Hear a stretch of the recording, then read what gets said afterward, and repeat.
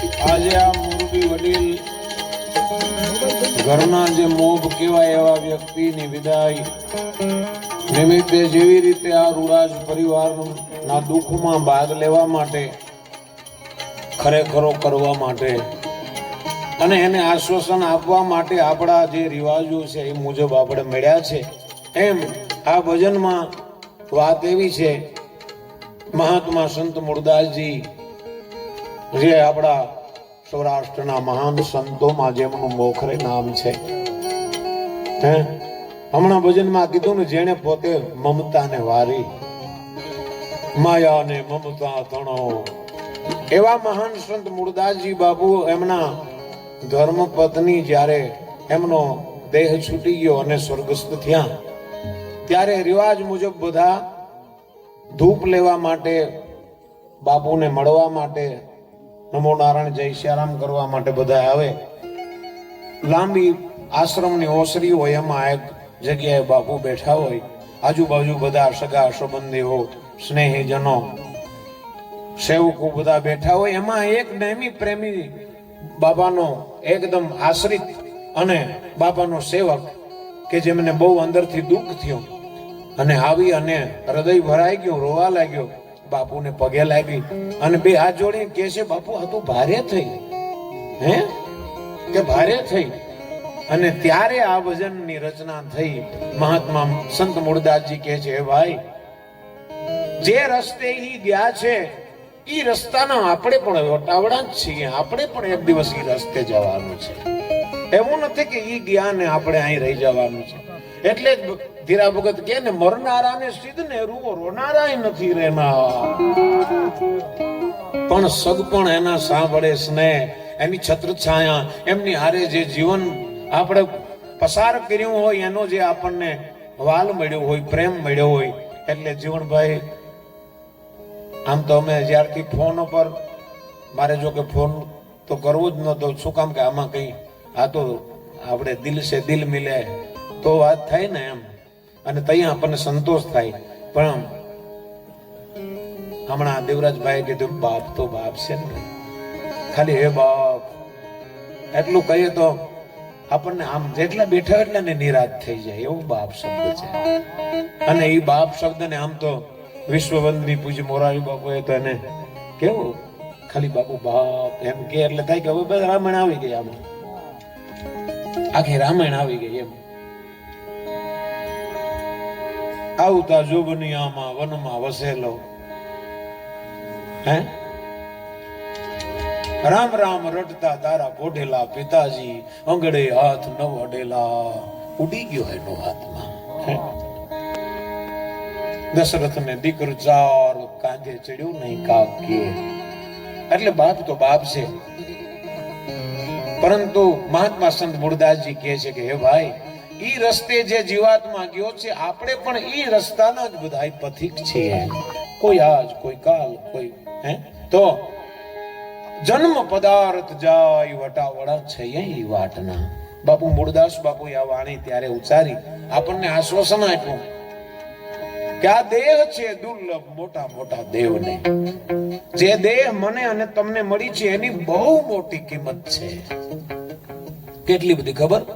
દેવતાઓ પણ એવી ઈચ્છા કરે કે એક વખત મૃત્યુ લોકની અંદર મનુષ્યનું ખોડિયું અમને જો મળે, ખાલી ખોડિયું. એ આ શરીરનો એટલો મહિમા છે. શું કામ કે આ શરીરની અંદર પરમાત્માએ એટલી બધી જોગવાઈ આપી છે કે માણસ આ શરીરથી ધારે તે કરી શકે. શરીર તો 184 લાખ છે, પણ દરેકમાં એવી સુવિધા નથી, દરેકમાં એવી જોગવાઈ નથી જે માણસના શરીરની અંદર છે. વિશેષતા છે માણસ. બડે ભાગ માનુષ તન પાવા. એનું કારણ શું? માણસને એટલી જોગવાઈ આપી છે પરમાત્માએ, સંપૂર્ણ બનાવ્યો છે માણસને, અને વિશેષ સંપૂર્ણ બનાવવા છતાં પાછી વિશેષ એમને બુદ્ધિ આપી. બે હાથ થાય પણ માળા કરવી હોય તો માણસ કરી શકે. કોઈ પક્ષીને પશુને ઈચ્છા થાય કે મારે માળા કરવી તો કરી શકે? નો, જોગવાઈ નથી શરીરની. દાન પુણ્ય માણસ કરી શકે, પછી નો કરે તો અભાગ. પણ આ પાછી હાથી માટે હાથ આપ્યા છે તને. ઘણા તો માળા કરતા હોય, દાન કરતા હોય, એનો વિરોધ કરે. પોતે તો કરે નહીં, પણ બીજાનો. પગ આપ્યા છે તીર્થ કરવા માટે, સારી જગ્યાએ જવા માટે, દેવ દર્શન કરવા માટે. પછી અવળી દિશામાં લઈ જાય અને પછી કે અમે થાકી ગયા. એ તો તે થાક ચડાવ્યો છે એમ, નકર થાક ઉતરી જાય. તમે એની ખાતરી કરી જો. એને પેરો છે ચલ કર તેરે દ્વાર કભી ન આયા, मैंने न मुझ कर है परमेश्वर कभी न तुझको ध्याया, मन वीणा की तारे टूटी अब क्या गीत सुनाओ, मेली चादर ओढ़ के कैसे द्वार तुम्हारे आओ, શું કામ तूने मुझको जग में भेजा निर्मल दे कर काया. આ ચાદર ભગવાને મોકલી ત્યારે એકદમ સ્વચ્છ અને નિર્મળ બનાવીને આપી હતી કે જા મારો દીકરો, કમસે કમ કાંઈ નહીં તો એને દાગ તો નો જ લગાડતો. अब कैसे दाग मिटाओ, जन्मो जन्म की मैली चादर. એક જન્મનો હોય તો આપણે ટાળી પણ શકીએ, પણ જન્મો જન્મનો આમાં દાગ લઈને પછી હું મોં બતાવું ને. એટલે એવું શરીર આપણે મળ્યું છે. ઘણા હાસ્યકારો, ઘણા માણસો એવો કહેતા હોય કે ભગવાને પગ આપ્યા છતાં હું કેમ હાલીને જવું છું, ગાડીમાં ન જાય. પણ એ વાત જુદી છે. પગથી જે કાંઈ કર્મો થયા અથવા તો તીર્થમાં જાય તો એ પુણ્ય મળે. યાત્રાનું એક ફળ છે, હાલવાનો એક મહિમા છે, એવું નથી. તો આ દેહ આપણને મળ્યો છે, મને તમને, એની જો ખાલી કિંમત સમજાઈ જાય તો બસ બીજું કાંઈ કરવાની જરૂર નથી. ખાલી એવી ને એવી ચાદર પાછી આપણે લઈ જઈએ તો બસ. અને ઘણા તો આ શરીરને ઉકળો સમજી લીધો, જી આવે અંદર નાખવાનો, ગમે આવ્યું નિરાજ હાલે, ફાકી હા બધું હાલ, ગુટકા કે આવવા દો, આવવા દો, ઉકળો સમજી લીધો, ગટર જેવું બનાવી દે. કેવું મૂળદાસ બાપુ કી આ દેહ છે દુર્લભ, મોટા મોટા દેવને, પાછા મોટા મોટા દેવને તો પામવી હોય તો એને મેળવવી તો શું કરવું? પૂર્ણ ભાગે પમાય. ભાગ્યમાં હોય તો મળે. એટલે પેલા તો આપણે ભાગશાળી તો છીએ જ કે આપણને દેહ મળી. હવે જો ખાલી હું કાયમ માટે કહેતો હોય ને નાનો શબ્દ કે કાંઈ મોટા સંત થવાની જરૂર નથી, કાંઈ મોટું કાંઈ થઈ જવાની જરૂર નથી, ખાલી માણસ થઈ જાય એટલે એનું બધું આવી જાય બસ. એટલે ઈ ગયેલા માણસને આશ્વાસન આપતા મહાત્મા મૂળદાસજી કહે છે,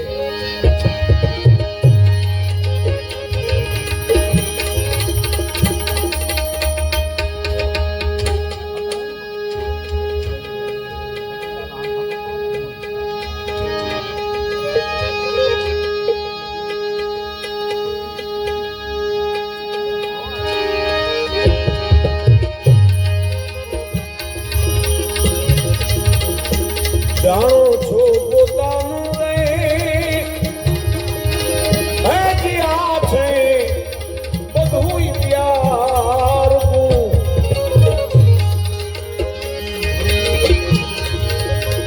જાણો છો પોતાનું રે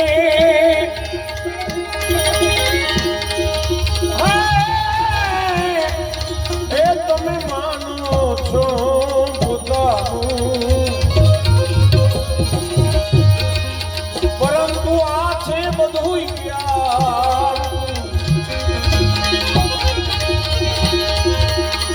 કેટલું કેટલું આપણું નથી.